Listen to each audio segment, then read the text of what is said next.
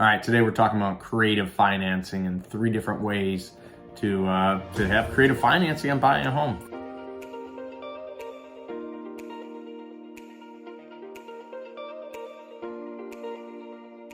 First one is a down payment assistance program.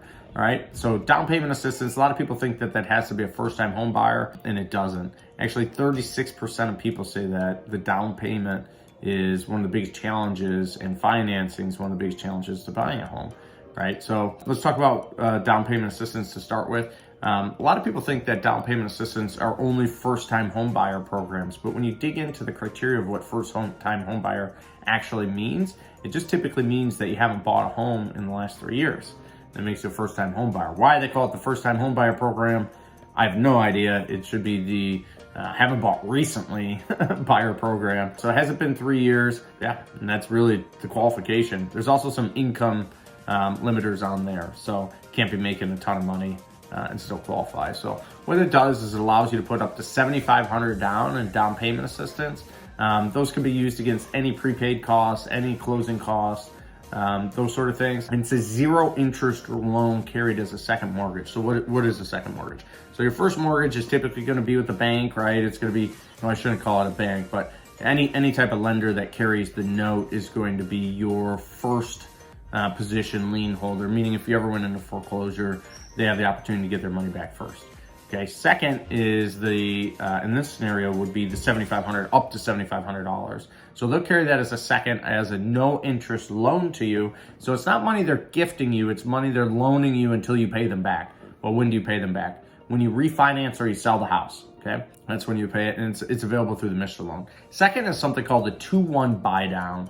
I know Mortgage One has a program around that. That's the local lender. And it's where the seller or you, but in this scenario, the seller, especially as we start to see some concessions come back into the market, that sort of thing, where the seller is going to buy your loan down by 2 points in the first year and 1 point in the second year, making it much more affordable in the first 2 years.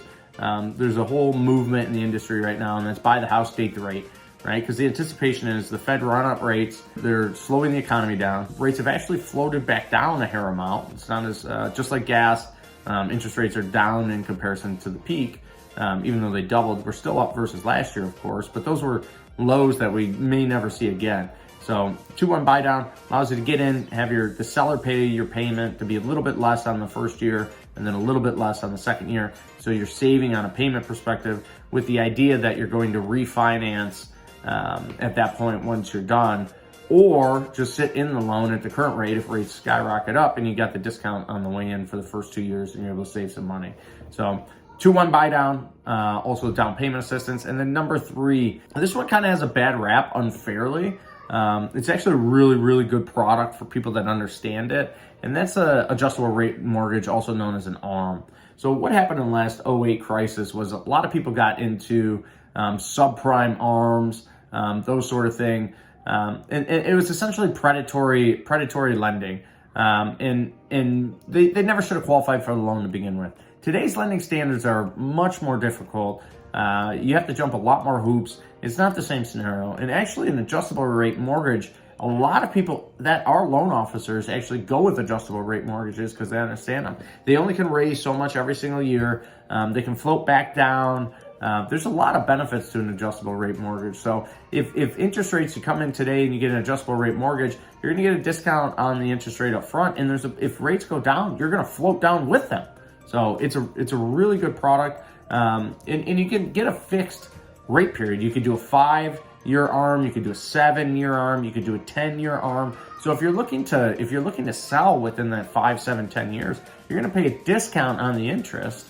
And then even if you don't sell, you've saved all that money in the meantime that then you can either put towards the principal, or even if rates did go up and you adjust it up, you're taking from house money because you've already had that extra money in your pocket for the whole time. So you can get a 5-1 ARM, 7-1 ARM, 10-1 ARM, and a 1 means it just adjusts every single year. And it's a really good product that people should really consider looking at. Like I said, most people in the mortgage business do that. So again, adjustable rate mortgage, bad rap because of the 2008 crisis, but that doesn't make it a bad product. That just meant that the circumstances of 2008 ended up creating, where ARMs ended up being the scapegoat in some ways, but and ARM's a really good product to look like. So recap. Down payment assistance, $7,500, carried as a second lien on the house, 0 interest, right? You pay it back when you refinance or sell the home, okay? Second, 2-1 buy down. You buy it down, 2 points on the first year, 1 point on the second year, saving you that money to save up some money in the meantime and refinance after if rates have dropped, or just carry that rate forward and you got some less money in the meantime and you're able to save up and do some house improvements, blah, blah, blah, right? Number 3, adjustable rate mortgage. You can do a 5-year ARM, 7-year ARM, 10-year ARM. You're gonna save a bunch of money on that. If rates drop, you'll drop with them. If rates increase, you actually have a cap on what they increase, right? So it can't go up if you're at a 5% interest rate and then 5 years from now you're on a 5-1 ARM.